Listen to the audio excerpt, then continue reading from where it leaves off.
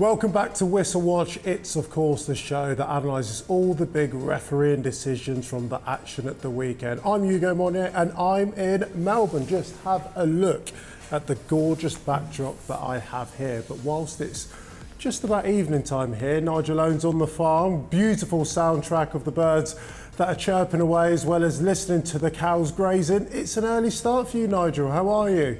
Early, it's never an early start for a farmer. This is the time we get up in the day, and if you think you've got a beautiful sight in Melbourne, look at the side of this lovely cattle behind you. There's nothing better. There's nothing better.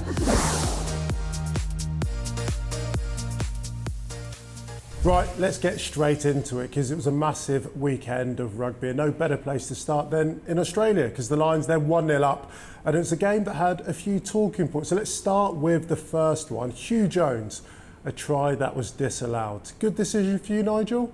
Yeah, good decision. You go on a pretty straightforward one, to be honest, as well. I was quite surprised that there was a lot of talking about it and that it took quite a lot of time because we talked about this a couple of weeks ago, if you remember, on our first Whistle Watch, is if a player is held, and this is the key thing, if a player is held and brought to ground, then the tackle is complete. If the tackle is complete, the ball carrier has to release the ball, get back up on his feet first, and then pick the ball up. What Hugh Jones crucially does here, because he's held in ground, tackle is complete, he then gets back up with the ball. So the correct decision. Now, just remember as well here, people are saying, well, the tackle let him go immediately, so it should be allowed to play on. But remember, the law requires the tackler to release immediately. So if we are going to encourage the tackler to hold on a bit longer to make it obvious that the tackle is complete, then they're not doing what they want to, and that can cause to more confusion. So a good decision and a correct decision. We've got an Emirates fans question here, so I'm going to read this one out. Should Curry have got a yellow card for his tackle on Liner, Nigel? No, that's the honest answer, because there's a difference here between a tackle in the air and a missed timing. So if you think about a high tackle. A high tackle can be a penalty, a yellow card, or a red card. A tackle in the air, exactly the same. Can be a penalty, yellow card, or a red card. The referee determines on exactly the intention of it and the outcome of how dangerous it was. So Curry here gets his timing wrong, but the Australian ball carrier is pretty much nearly back on the ground. So we have a tackle in the air, so it is foul play, but we don't have it as deemed to be a dangerous action. So penalty only, the correct decision. Now, if Curry would have taken him when he was clearly up in the air and, not a missed timing, then it would have been a yellow card. And then it could have been more if it caused a dangerous landing because of that. But on this incident, correct penalty only, just a missed timing. Okay, so if that was a timing issue, what about the half-time issue? There seemed to be a fair amount of confusion between both sides of the referees. What did you make of all of that? Yeah, well, sitting there, I was wondering, what's going on here? I think the crucial thing here is the assistant referee didn't put his flag up. Now, if he'd have put his flag up, it would have shown that the ball was in touch and it's clear to everybody. He didn't. And that was what I think triggered most of the confusion. So what we have here, we have a penalty. Now, what you can't do in a penalty is kick it directly out, because if you do, the liner has to take place. You can kick the penalty directly out if you want, but the liner will still take place. If you want the half-time to end, you have to tap the ball and then kick it out. So we have a penalty kick. It is caught then by a player in the field of play, and then that player then walks into touch. So, which means now, yes, the half is over. But if you look at the assistant referee, because he's probably processing all this now, he keeps his flag down. And that's what triggered me to thinking, well, what's going on here? Because the flag hadn't gone up. So if the flag had gone up straight away, then probably everybody known it's in touch. But the assistant referee was processing it all, and then that was a bit of confusion. But correct decision, and the half was finished. Yeah, it definitely made me confused in the stadium on Saturday, so thanks for clearing that up. Tyg Furlong, the minute we hear the headline, shoulder to head, people almost have this automatic reaction or outcome to it, but Well refereed, I thought. What was your take on it, Nigel? Yeah, I'd agree with you there. You go well refereed, well managed, and a correct outcome as well. And to be honest with you, myself, I wouldn't have argued if it had been played on if they deemed it not to be foul play, because the crucial thing here is this. There are two crucial things here. The first thing is, Furlong's actions are perfectly legal. So what he's doing, he's going in, he's making that wrapping action to clear a player out over the ruck. And if you look at the Australian player, he is getting up. So because Furlong now is already in this action to do a legal clear out, and then the Australian player comes up and then causes the head or the shoulder to make contact with the head. So there's nobody really at fault here. So we tend to see these instances refereed now as a penalty only because of the mitigation. But also as well, remember, if there is nothing wrong, if there is no foul play, there can be a play on as well. So to me, this was clearly just a penalty only on this decision, and it was a good one, I thought, and a right one as well. So Nigel, probably the biggest talking point from the weekend's match was Joseph Sirleaf and Ben Earl's tackle, as well as the disallowed try. And we've got another Emirates fans question. Why was Sirleaf's try disallowed? It seemed he wasn't held and he was dragged to the line. Also, I failed to see how Ben Earl has wrapped. Can you look at this, please? Yeah, again, correct decision, the final outcome of it, but let's look at what happened. You now have a ball carrier which has been put to ground or taken to ground, but not held in the process. We don't have a tackle complete, which means now that this player's options are slightly different to Hugh Jones. Because the tackle is not complete, this player, as long as he gets back up immediately or tries to get back up and then sort of fumbles over as he's doing, so to score the try, then the try would be allowed. But because he does not release the ball and stays on the ground, and he's probably a little bit unlucky here, because what happens then, the rest of his players come in and they drive him over as well. So he hasn't had the option, but again, that's his own player's fault and not his. So that action there itself, he has to get back up with the ball. He can't stay on there and be driven over. But the crucial thing here as well, so we don't have a try in that instance, but the crucial thing is here, was there a no arms tackle?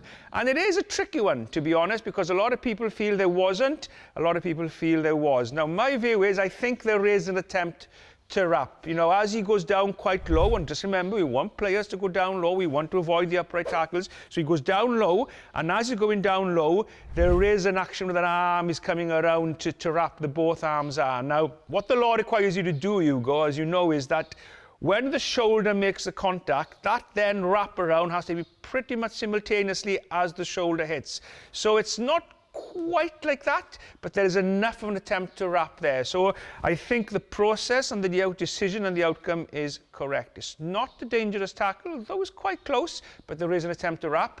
And then the actions of the ball carrier, as we explained, means that there wouldn't have been a try, even if the actions were not illegal by the tackler. So correct decision. Took a bit of time, but it's important we get the decisions right, particularly when there's a couple of things to look at.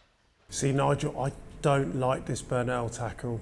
I really don't. I actually think it's a dangerous tackle, more so for the tackler. We saw Luke Cowan-Dickey a couple of matches ago get knocked out. And whilst we have a maximum height to where you can tackle anything below the chin and neck, I think we should have a minimum height of where we should tackle. We see these guys now tackling below the knee, and I think not only does it put the tackler in a really compromised position, but I think it puts the ball carrier in a bad decision, because we often talk about this grey area, and I think it puts the referee into that grey area because it's so unconventional. We often see like a flailing arm, which is deemed to be a wrap. For me, it wasn't enough of a wrap from Ben Earl just because of the height of the tackle. I know there's a player coming back at him, but as an international 7, you should be able to make those types of decent, proficient tackles with players coming back at those channels. So I found this one a bit tricky. I understand the decision that is made, but had another decision been made equally, I think I'd have almost been more happy or satisfied with it. I'm not sure where you're sat with that. Yeah, look, Ugo, honestly, I wouldn't disagree with that at all, because I looked at it a couple of times and said, ooh, you know, this could go either way. But then when the referee explained, or the team walking back and said that there is an attempt to wrap there, because that was their reading of it, I could say, all right, okay. You know, other people may see it differently, but it's a very, very tricky one. It's one of those that is really in that grey area. Is there enough of a wrap? And as you said, some people don't like it, and other people think, no, there is enough of the wrap. But I would tend to agree with you with the type of tackles. So what we're seeing is, because we have this sort of defence of one going high, one going low, the lower player goes down really low, and sometimes close to the goal line, we see what these attempts of are like a speed bump tackle where a player just literally just falls to the ground or just goes straight down to the ground and hoping the ball carrier runs over him and falls over. That is illegal. So there has to be an attempt of a wrap. So yeah, it is something I think we need to keep an eye on, just to make sure that we keep those tackles fair and keep them safe as well. But as you said, yeah, it is a tricky one, but I think one that we can't really disagree with the match officials, because that's their reading of it, like a lot of other people would as well. And I'm following that thing, yeah, okay, I can see enough of a wrap there. Yeah, a busy old game on Saturday. No doubt we'll have more to discuss after the second test at the MCG in a couple of days' time. Let's head now to Washington as England took on the USA Eagles. It was a brilliant game. England won again. Fantastic tour for them, but a pretty unique set of circumstances, which meant that the players had to leave the field of play after 29 minutes. Lightning struck not once but a couple of times. Nigel, what's the protocol in place to be able to protect everyone and keep everyone safe? Yeah, well, you leave this one as a referee. Player safety is first of all, and you almost, you know, you make that decision. You have the final say on the player safety, but you leave these to the technology and the people there that make these decisions for you. So the key thing here is to remember, I'm reading this one out for you. So there's a protocol in place when there is lightning strike, and the protocol is, if there's a lightning strike within an 8-mile radius, the pitch and seating area must be evacuated for a minimum of 30 minutes. Now, each time there's a new strike is detected within an 8-mile radius, the 30-minute clock resets. So this was all monitored. So the initial delay, just as the teams were leaving the field at the end of the warm-up, lightning strike triggered the first delay. Now, this caused a 50-minute postponement and required the two teams to warm up again before the kickoff. Now, the second delay, after 29 minutes of play, another strike occurred within 8-mile radius, so they had to leave the field for around 35 minutes. Now, once cleared and completed, a 50-minute warm-up and then resume play for the final 11 minutes of the game. So, again, as we always say in rugby, we put player safety first, and the spectators and the match officials, everybody involved in a situation like this, and the correct process and protocol was followed. Just remember, Ugo, as well, that protocol was specifically to that stadiums as well. Different regions, different countries, different stadiums will have particular protocols for that stadium. So there is a protocol in place to cover all situations like this, but this was the protocol for that particular stadium in the USA. Nigel, as expected, our conversation about South Africa's tactics last week certainly got people talking even more so. We've got another Emirates fans question that's come in. Would lifting a play in open play be the equivalent of jumping in a tackle? An interesting take, isn't it? It is an interesting take, and it would be if you were lifting that player to avoid being tackled. But then you tend to have the ball in your possession when you're doing that. Now, what we don't have here is a ball in possession, which means that the tackler cannot tackle that player, whether he's jumping to avoid it or he's still on the ground. So this is a slightly different situation to jumping to avoid the tackle. Jumping to avoid the tackle, which is not legal because it's deemed to be dangerous, it means you have the ball in your possession and you're jumping to avoid the tackle. If you don't have the ball in your possession, then if you're jumping to avoid a tackle, you're probably doing the right thing, because that guy shouldn't be tackling you in the first place, so he can't tackle you. So the actions now are being lifted in open play to get the ball, which is past you in this instance, is not illegal, hence why we had the play on.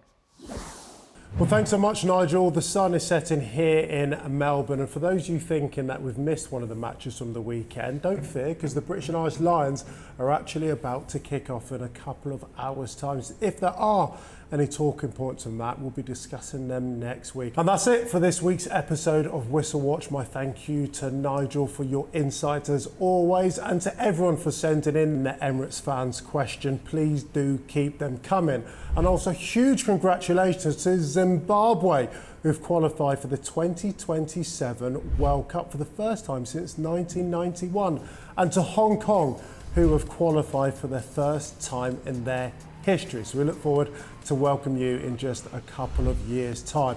Well, here in Melbourne, you've got the British and Irish Lions. They're 1-0 up in this series and have an opportunity to wrap up their series at the MCG in front of 100,000 fans. It should be absolutely epic. If there's anything to be debated, of course, we'll be right across it in next week's episode.